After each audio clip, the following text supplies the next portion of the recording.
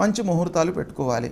మంచి ముహూర్తాలు పెట్టుకుంటే జన్మ సమయంలో ఎలా ఉన్నప్పటికీ ఈ కర్మ మూలకంగా కొన్ని దోషాలు పరిహారమయ్యేటువంటి అవకాశాలు ఉంటాయి. కనుక ఈ ముహూర్తానికి మనం ప్రాధాన్యత ఇవ్వాలి. ప్రాధాన్యత పేపర్ మీదనే ఇవ్వడం కాదు, మనం ఏదైతే నిర్ణయం చేసుకున్నామో ఆ సుముహూర్తానికి వివాహము జరిగేటట్టుగా మనం ఏ కార్యక్రమం అయితే అనుకోని సుముహూర్తం పెట్టుకుంటామో ఆ కార్యక్రమం ఆ సమయంలో జరిగేటట్టుగా మనం చూసుకోవాలి.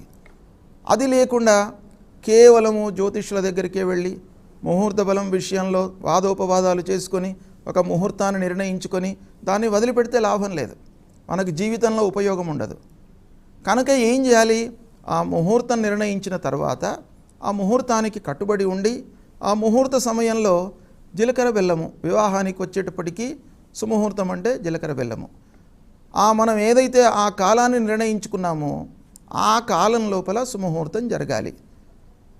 సరే, వివాహానికి విషయానికి వచ్చేటప్పటికీ మనకు జీలకర్ర బెల్లము ప్రధానమే, మంగళసూత్ర ధారణ ప్రధానమే, తర్వాత అప్పగింతలు ప్రధానమే, బ్రహ్మముడి ప్రధానమే, లాజా హోమాలు ఇవన్నీ కూడాను ప్రధానమైనటువంటి విషయాలే. అన్నింటికి కూడాను మనం ముహూర్తం చూడలేము. అందుకే ఇందులో మహాదోషాలు అనేటువంటివి ప్రత్యేకంగా మనకు చెప్పబడి ఉన్నాయి.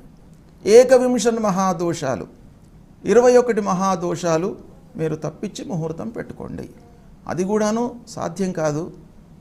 అందులో కూడాను కొన్ని ముఖ్యమైనటువంటి దోషాలు త్యజించి మనం ముహూర్తాలు పెట్టుకున్నట్టయితే ఆ వధూవరుల యొక్క భావి జీవితము సుగమంగా ఉంటుంది అనేటువంటి విషయం మనకు శాస్త్రం చెబుతుంది.